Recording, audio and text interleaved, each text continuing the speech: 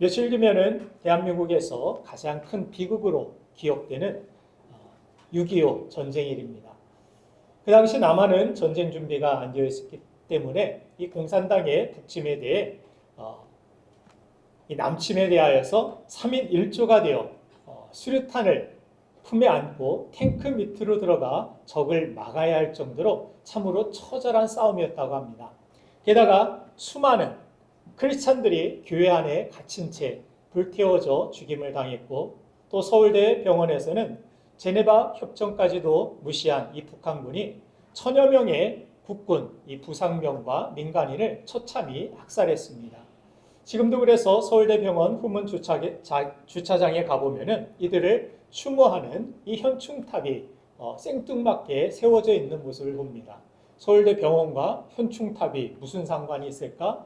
그 당시 그렇게 무참하게 이 서울대병원에서 죽임을 당하고 또 안타까운 희생자들이 나왔기 때문입니다. 게다가 대한민국의 이 자유 수호를 위해서 해외에서 파병되어 기꺼이 희생하신 이 고마운 분들이 참으로 많이 있습니다. 특히 대부분이 미군이었는데 미국에서 무려 200만 명의 군인이 참전을 했습니다. 미국에는 대부분 주마다 6.25 참전에 희생한 이 가족들을 위한 참전 기념 공원이 세워져 있습니다. 3만 명의 미국인이 얼굴도 모르는 이 대한민국 국민들을 공산주의자들로부터 지켜내기 위하여서 목숨 바쳐 희생한 것입니다. 워싱턴에 특별히 이들의 희생을 기억하는 이 추모공원이 링컨 기념관 옆에 자리 잡고 있는데, 사진에 보면은 수많은 이름들이 빼곡하게 우리나라에서 전사한 6.25 참전 용사들의 이름이 기록되어 있습니다. 또 다음 사진을 보면은 영어로 이렇게 쭉 세워져 있고 그들의 어떤 이 모형, 형상들이 동상으로 나와 있는데, 해석해 보면은 우리 조국은 알지도 못하는 나라와 만난 적도 없는 한국의 국민을 지키라는 부름에 응했던 자랑스러운 우리의 아들과 딸들에게 경의를 표합니다. 저는 개인적으로 이 다음 사진에 적혀 있는 Freedom is not free. 자유는 공짜가 아니다. 이 말이 마음에 참 와닿았습니다. 대한민국이 오늘 존재하는 이유는 누군가의 희생 위에 세워졌기 때문입니다. 우리가 자유롭게 이렇게 예배할 수 있는 것도 누군가의 희생을 바탕으로 세워진 것입니다. 역사를 잊은 민족에게 미래는 없다는 이야기를 한 역사자 이 토인비의 말처럼 은혜를 망각하는 순간에 국가가 되었든 개인이 되었든 방향을, 미래를 잃어버리게 되는 것입니다. 에빙하우스라는 심리학자의 이 망각 곡선 이론에 보면은 인간은 무언가를 배우고 나면은 1시간 만에 절반을 잊어버린다고 합니다. 그리고 일주일이 지나면 80%를 망각한다고 합니다. 여러분들 지난 주일 설교가 기억나시나요? 그분들은 지금도 늦지 않았습니다. 고시 공부하셔야 됩니다.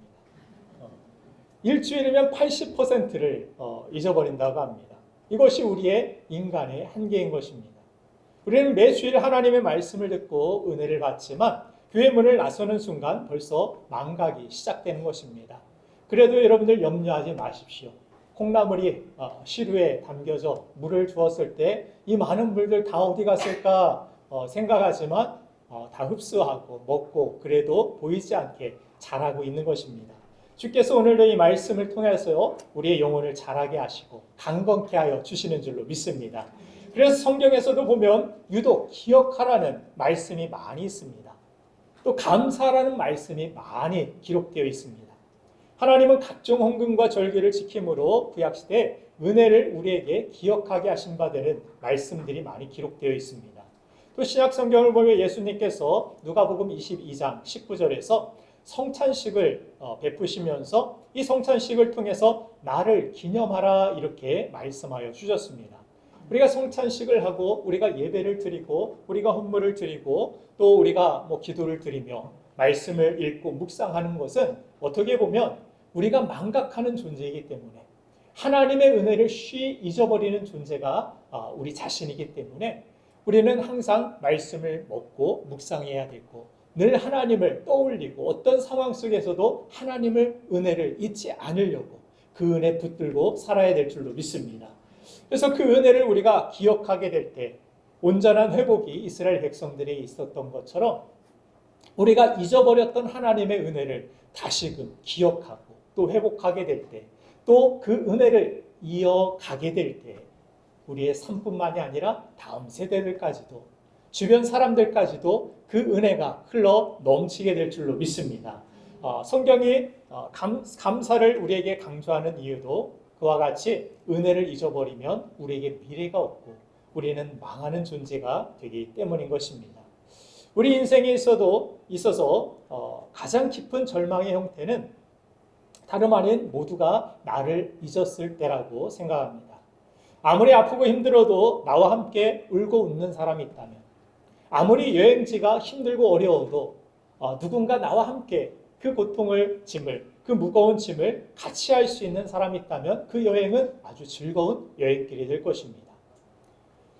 그러나 내 이 고통을 아무도 알아주는 사람도 없고 내 이 아픔을, 내 이 슬픔을, 내 이 문제를 아무도 나눌 수 없는 주변 사람들이 나에게 없다라면 우리는 절망할 수밖에 없다라는 것입니다. 가정 안에서도 또 직장 안에서도 교회에서도 나를 반가워하는 사람이 아무도 없고 또 내가 애쓴 그 헌신들이 사람들의 기억 속에서 잊혀지고 또 당연한 것으로 치부되면 아무도 나와 함께하는 사람이 그렇게 없을 때 우리는 깊은 상실감에 빠져들 수 있는 것입니다. 누구나 자신의 그렇게 존재와 가치가 또 수고가 기억되기를 원하는 마음이 우리에게 있기 때문입니다. 오늘 창세기 40장 본문 말씀은 바로 이 잊혀짐에 대한 내용입니다. 오늘 본문은 요셉의 이야기 중에서 가장 어두운 골짜기와 같은 내용입니다.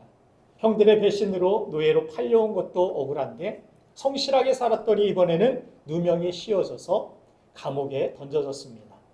이 감옥은 히브리어 미스바르라 이렇게 기록되어 있는데 이전에 형제들에게 던져진 웅덩이와 비슷한 의미입니다. 버려지고 또 던져져서 세상과 완전히 단절된 누구도 찾을 수 없고 도와줄 수 없는 소망 없는 상황을 나타내는 단어입니다. 그런데 이 절망의 자리에서 오늘 요셉이 하는 일이 참으로 놀랍습니다. 새로 들어온 이 죄수들, 술 맡은 관원장과 떡 굽는 이 관원장의 얼굴에 들이은 수심을 요셉이 먼저 알아보고 도울 일을 찾았던 것입니다.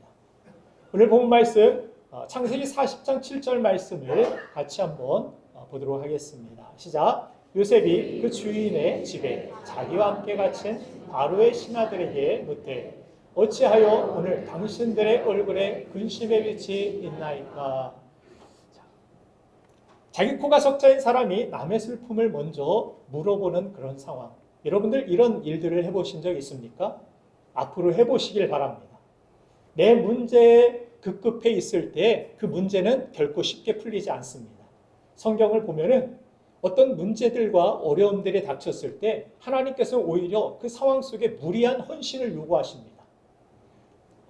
오늘 먹고 죽을 것밖에 없는 사람에게 선지자를 보내어서 그 선지자를 그것을 가지고 대접하라고 이야기합니다.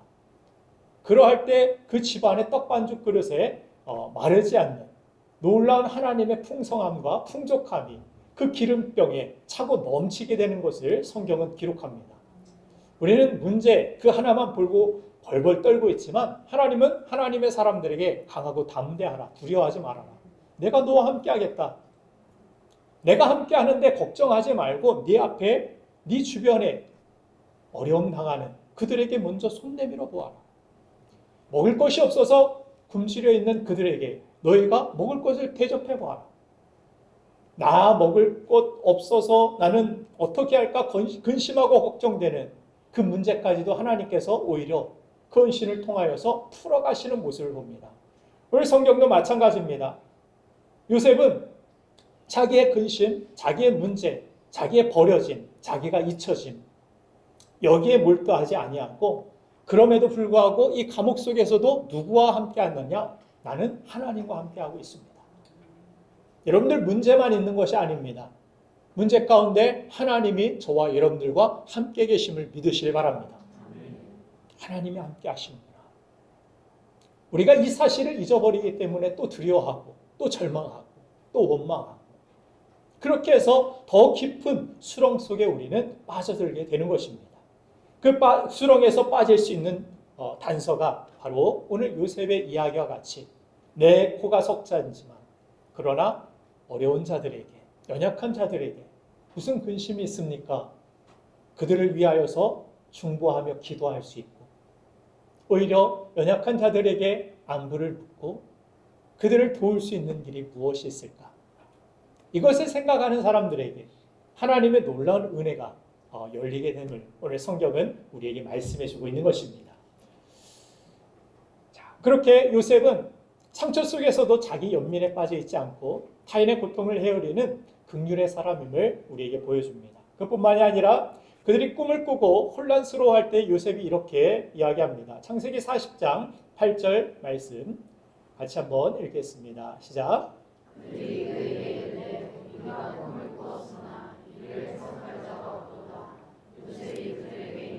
해석은 하나님께 있지 아니하였다. 청하건대 내게 이르소서. 아멘. 해석은 하나님께 있습니다 라고 이렇게 고백하면서 이 짧은 고백 속에 요셉의 신앙 전체가 담겨져 있는 것을 봅니다. 꿈을 해석하는 능력조차 자신의 것이 아니라 하나님의 것이라고 고백하는 요셉의 신앙을 볼 수 있습니다.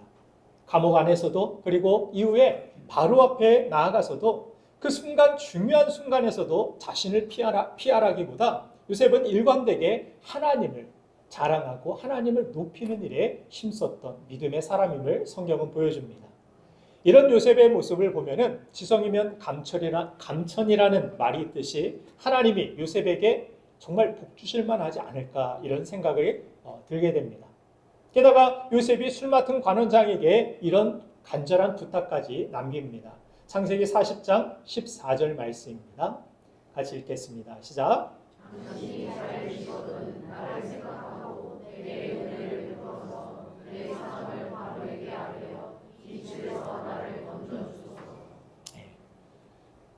내가 도와줬던 누군가 바라지 않고 도와줬지만 그러나 할 수만 있으면 자신이 힘이 가졌을 때 내 이 억울함을 좀 밖에 나가서 힘이 생겼을 때 풀어줬으면 좋겠습니다라고 그런 간곡한 부탁을 요셉이 한 것입니다.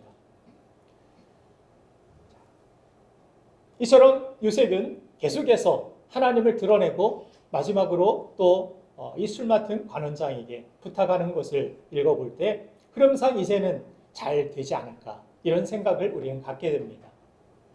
술 맡은 관원장이 감옥을 떠나고 또 자신의 꿈처럼 그렇게 풀려나게 될 때 그 뒷모습을 보면서 요셉의 마음속에 얼마나 기대가 있었겠습니까? 또 매일 아침 발소리가 들릴 때마다 그 감옥 속에서 혹시 나를 부르러 온 것은 아닌가? 나를 풀어주려고 누군가가 온 것은 아닌가 하며 가슴 두근거렸던 그런 날도 있었을 것입니다. 그러나 창세기 오늘 본문 40장 마지막 절인 23절 말씀을 보면은 고구마 100개 먹은 것 같은 그런 답답함이 느껴집니다. 같이 읽겠습니다. 고구마 같이 먹습니다. 시작.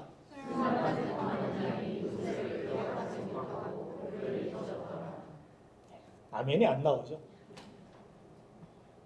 열심히 믿음으로 살았고 주변 사람들도 정말 그들의 아픔과 그들의 문제를 해결해 주기 위해서 내 고통도 많이 있었고 내 문제도 많이 있었지만 열심히 헌신하며 다른 사람들을 위하여서 선한 일에 힘썼던 요셉이었습니다. 그리고 도와줬던 그 사람이 풀려날 때 나를 좀 생각해 달라고 그렇게 간곡한 부탁까지 했습니다. 그런데 술 맡은 관원장이 요셉을 기억하지 못하고 그를 잊었더라. 기억하지 못하고 또 잊었더라. 두 번이나 이렇게 거듭 강조하는 것은 그냥 기억력의 문제가 아니라는 것입니다. 성경이 이렇게 두 번 부정적으로 그 기억하지 못했다라는 것을 강조하는 것은 그냥 사람의 기억에서 잊혀진 것이 아니라 어떤 하나님의 섭리가 이 가운데 있음을 우리에게 보여줍니다. 사람의 도움은 아무것도 없는 잊어버리고 또 잊어버리고 까맣게 잊혀진 이제 다시는 기억할 일도조차도 없을 것 같은 그런 상황을 우리에게 보여줍니다. 그런데 이 말씀을 읽어볼 때 우리는 이 본문을 읽으면서 보통 자연스럽게 요셉에게 우리의 감정을 이입하고 또 마음 아파하기도 합니다. 아, 맞아. 나도 저렇게 억울한 적이 있었어. 나도 내 수고를 잊어버린 그런 사람들 때문에 상처를 받은 적이 있었어. 왜 하나님은 믿음의 사람인 이 요셉을 빨리 도와주시지 않고 고난 중에 내버려 두신 것일까? 하나님 좀 너무하신 것 아닌가? 저도 살면서 이런 생각을 했던 적이 있습니다. 그런데 성경을 많이 읽고 묵상하면서 어느 순간 저에게 한 가지 불편한 질문이 들어오기 시작했습니다. 과연 나는 요셉일까? 아니면 술 맡은 관원장일까? 왜 항상 성경을 읽으면서 나는 요셉일 거라고 요셉과 나를 동일시하면서 요셉에 초점을 두고 내 자신을 이입했을까? 나는 은혜를 까맣게 잊어버린 술 맡은 관원장일 수도 있는데 이런 질문이 저에게 들어왔습니다. 성경을 읽으면서 우리는 대부분 죄인의 이야기는 나와 상관이 없다고 생각해버리고 패스해버릴 때가 많이 있습니다. 요셉과 같은 주인공의 내 자신을 오히려 이입할 때가 대부분이었을 것이라 생각됩니다. 그런데 오히려 이 죄인이 나일 수 있다라는 그런 깨달음 속에서 하나님의 은혜가 얼마나 크고 넓은지 그 은혜의 폭이 더 얼마나 깊은지를 성경을 읽으면서 저는 깨닫게 되었습니다. 주인공들만을 바라봤을 때 이렇게 살아야겠구나. 교과서처럼 어떤 교본처럼 그렇게 다가왔다라면 죄인에게 제 자신을 대입해 봤을 때 이렇게 하나님 앞에서 내가 정말 진노받고 진멸돼 마땅한 그런 죄인이었구나. 그럼에도 나를 참아주시고 살려주시고 다시 은혜를 주신 하나님의 은혜가 얼마나 크고 얼마나 감사한 일인지 주인공이 아닌 죄인들에게 초점을 맞출 때 은혜의 스펙트럼이 넓혀지는 하나님의 은혜가 저에게 있음을 깨닫게 되었습니다. 저희 지난날도 생각해보면은 사방이 꽉 막힌 저에게도 웅덩이 같은 시절들이 생각이 납니다. 내 힘으로는 도저히 어쩔 수 없는 그 캄캄한 밤들, 그때 엎드려 하나님 앞에 눈물로 부르짖기도 했습니다. 주님, 이 위기만, 이 문제만 넘기게 해주시면 제가 주님의 은혜를 결코 잊지 않고 그 은혜를 자랑하며 하나님께 감사로 영광을 돌리겠습니다. 그리고 하나님이 기적처럼 응답하셨습니다. 그 문제를 해결해 주셨습니다. 그 절망과 슬픔의 구덩이에서 건져주신 것입니다.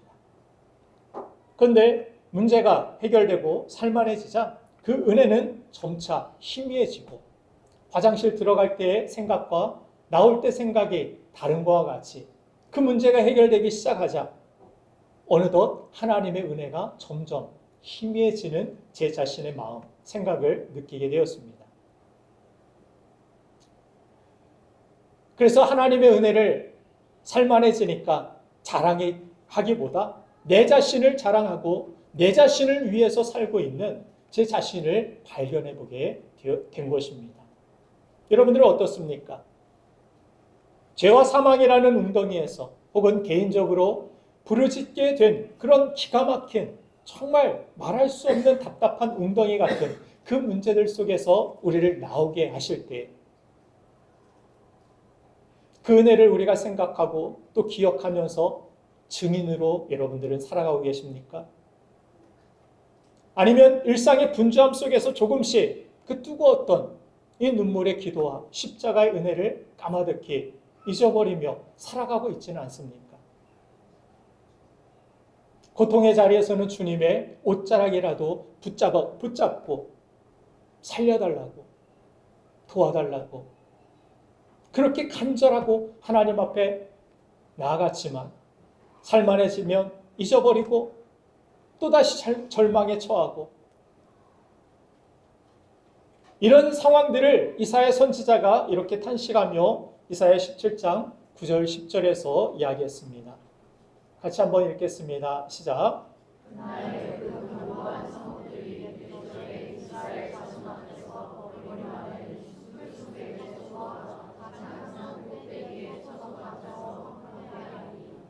이는 내가 내 구원의 하나님을 잊어버리며 내 능력의 반석을 마음에 두지 아니한 까닭이라. 그러므로 내가 기뻐하는 나무를 심으며 이방의 나무 가지도 이종하려도다. 아멘.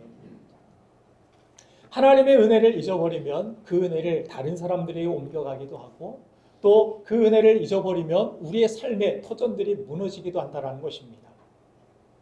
우리의 삶에 문제가 일어나면은 꼭 내가 신앙생활을 잘못해서 그런 것은 아닐 수 있습니다. 그러나 먼저 우리가 가져야 될 태도는 하나님 앞에 회개하고 내가 그 은혜를 혹시 잊고 살아가는 것은 아닌지, 그 은혜를 내가 증거하지 않고 살아가고 있지는 않은지 우리 자신을 돌아볼 필요는 있는 것입니다.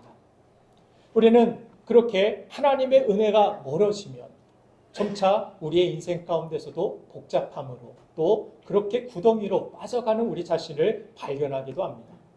그럼에도 불구하고 하나님께서는 우리를 잊지 아니하시고 다시금 그 은혜로 우리를 회복시키시고 그 구덩이에서 우리를 건져주시기를 기뻐하시는 하나님이심을 믿으시길 바랍니다. 우리는 그 은혜를 잃어버리고 우리는 우리에게 은혜를 베풀어준 그 하나님의 은혜를 까맣게 잊고 산다 할지라도 결코 우리를 잊지 아니하시는 분. 탕자는 밖에 나가서 아버지를 까맣게 잊고 그 아버지의 집조차도 망각해버렸지만 그러나 늘 잊지 아니하고 그를 위하여 기도하고 그가 다시 무사하게 돌아오기를 원하였던 아버지의 마음과 같이 우리를 기다리시고 우리를 회복케 하시는 하나님의 사랑이 저와 여러분들에게 있다는 사실, 그 사실이 바로 복음이고 그 사실이 얼마나 감사한 일인지 모릅니다. 그래서 감옥의 은혜를 잊어버린 이 술 맡은 이 관원장의 그 망각의 이야기가 남의 이야기가 아니라 오늘 말씀 앞에 드러난 우리 자신의 뼈아픈 모습일 수 있다고 생각을 합니다. 한편으로는 오늘 이 자리가 정말 요셉처럼 기약 없는 이 친자리에서 눈물로 하나님의 은혜를 기다리고 계신 분들도 있으리라 생각이 됩니다. 또한 직장에서나 주변 사람들에게 억울하게 오해를 받고 모함을 받는 사람들, 또 가족을 위해서 헌신했는데 아무도 알아주지 않고 내가 기대했던 결과나 어떤 열매가 없는 그런 상황과 그런 어려움들 속에서 오랫동안 기도해 왔지만 하늘이 여전히 닫혀 있는 것 같은 웅덩이에 빠진 것 같은 분이 요셉과 같은 분이 계실 수 있으리라 생각됩니다. 무엇보다도 가장 고통스러운 것은 이 침묵의 시간이 언제 끝날지 전혀 알 수가 없다는 것입니다. 3일이 될지 3년이 될지 아무도 모릅니다. 그 기약 없는 기다림은 우리의 영혼을 가장 깊은 곳에서 힘들게 하고 갉아먹는 그런 안타까움이 있습니다. 요셉에게도 마찬가지였을 것입니다. 우리는 결과를 알기 때문에 그게 2년 뒤면 나가게 될 것이라는 것을 그 결과를 알고 있지만 까맣게 잊어버린 그 당시의 상황에서는 아무것도 보이지 않습니다. 정말 좋은 결과를 기대할 수 있을까? 막막하기만 합니다. 현실은 현실이기 때문에 나에게 있는 건강이, 자녀에 대한 문제가, 또 내 미래가, 또 내 죽음 이후의 삶이 우리가 확실한 분명한 어느 때까지만 버티면 어느 때까지만 최선을 다하고 노력하면 결과가 이렇게 있을 것이야 라는 분명한 어떤 것이 선명한 것이 주어진다라면 그나마 버틸 수 있을 텐데 이렇게 기도한다고 이렇게 믿음으로 산다고 해서 뭐가 될까? 좋은 결과가 정말 하나님께서 나에게 주실까? 여러 가지 복잡한 생각들이 우리 마음에 어떤 이 기가 막힌 웅덩이에 갇혀 있을 때 그런 생각이 들게 되는 것입니다. 그러면 이 잊혀진 자들에게 성경은 무엇을 말씀하고 있는 것입니까? 여기에서 우리가 반드시 붙들어야 할 진리가 있음을 우리에게 말씀해 주는데 요셉은 단순히 어떤 성경의 인물, 역사적인 인물이 아니라 장차 이 땅에 오신 예수 그리스도를 가르치는 예표로서 그가 표본과 같이 그림자와 같이 우리에게 보여주고 있습니다. 억울하게 팔리고 정직하게 살았지만 아무 죄가 없었지만 누명을 쓰고 감옥 안에 갇혀서 언제 끝날지 모른 캄캄한 구덩이에 던져진 이 요셉의 이야기는 2000년 뒤에, 수천 년 뒤에 이 골고다 언덕에서 완성될 이 십자가의 이야기를 우리에게 미리 보여주고 있는 것입니다. 예수님을 여러분들 생각해 보십시오. 그분은 십자가 위에서 세상에 조롱받으셨고 제자들에게는 버림을 받으셨고 팔리셨고 심지어 성부 하나님께로부터 완전히 외면당하여서 마태복음 27장에서 예수님은 이렇게 절규하셨습니다. 나의 하나님 어찌하여 나를 버리셨나이까? 그리고 결국 십자가에서 죽으시고 무덤에 누이셨습니다. 부활하시기 전에 이 침묵의 3일은 제자들에게 아마 3년처럼 느껴졌을 것입니다.